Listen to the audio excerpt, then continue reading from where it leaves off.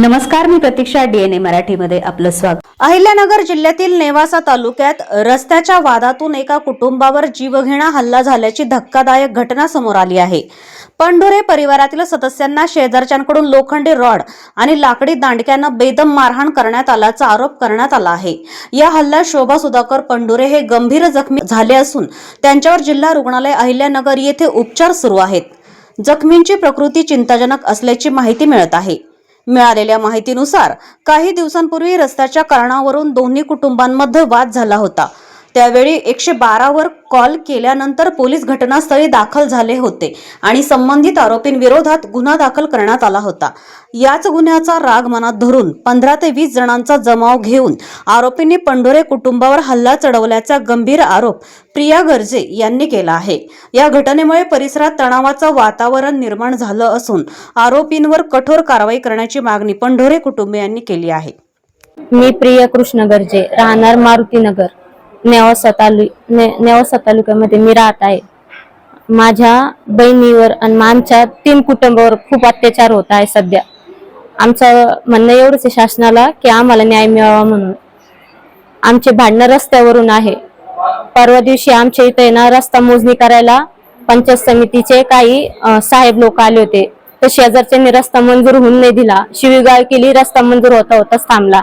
ते मारायला त्या दिवशी पण आले होते, पण मग 112 ला कॉल केला तर पोलिस आले तिथं, त्यांनी थांबून घेतलं. तर यांनी त्याची खुन्नस आहे ना दुसऱ्या दिवशी काढली.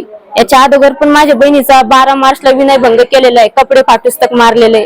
त्या दिवशी पण आम्ही त्यांच्यावर केस केली होती, पण तरी त्यांनी पोलिसांनी काही त्यांच्याकडे लक्ष दिलं नाही, काही दखल घेतली नाही.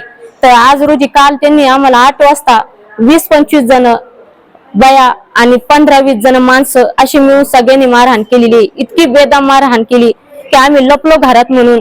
मारून आम्ही घरात लपलो तर त्यांनी आमची घराचे काड्या तोडल्या, दरवाजे तोडले, मोबाईल हिसकले आणि कपडे फाडलेत. वरून आम्हाला खाली पडून मारलं आणि घरातले कागदपत्र, दागिने, पर्स, पॉकेट सगळं गायब केलेले.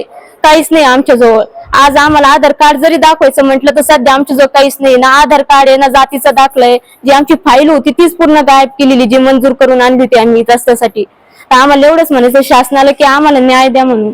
आम्ही खूप त्रासात आहे. आम्ही खूप मजबूर झालोय. जर आम्हाला न्याय नाही भेटला ना तर आम्ही आमच्याच जीवाचं काही करायला बसलो. तिथं जाऊन पण मरायचंय आणि इथं पण मरायचंय. इथंच मरून घेतलं बरं मग, जर नाही न्याय मिळाला तर.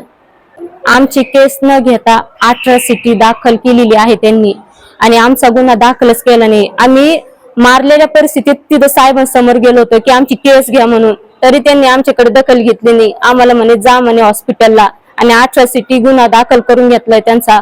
त्यांनीच परस्पर आम्हाला मारून आमच्यावर अत्याचार करून तेच गुन्हे दाखल करून राहिले. ते खोट्या गुन्ह्याचं वरून शासनाने निर्णय द्यावा खराखुरा आणि योग्य मार्गाने आम्हाला मार्गदर्शन करावा आणि पुढे न्याय मिळण्यासाठी होईल तेवढी आमच्यासाठी प्रोसिजर करावा. आमच्या पाठीमागे कोणाचा पाठिंबा नाहीये आणि पूर्ण पहिल्यापासून तर शेवटपर्यंत याची लक्ष देऊन काळजीपूर्वक कसा गुन्हा झाला, कशापासून हे झालं, हे सगळं मार्गदर्शन करावं सरकारने आम्हाला. एवढंच म्हणणं आहे माझं.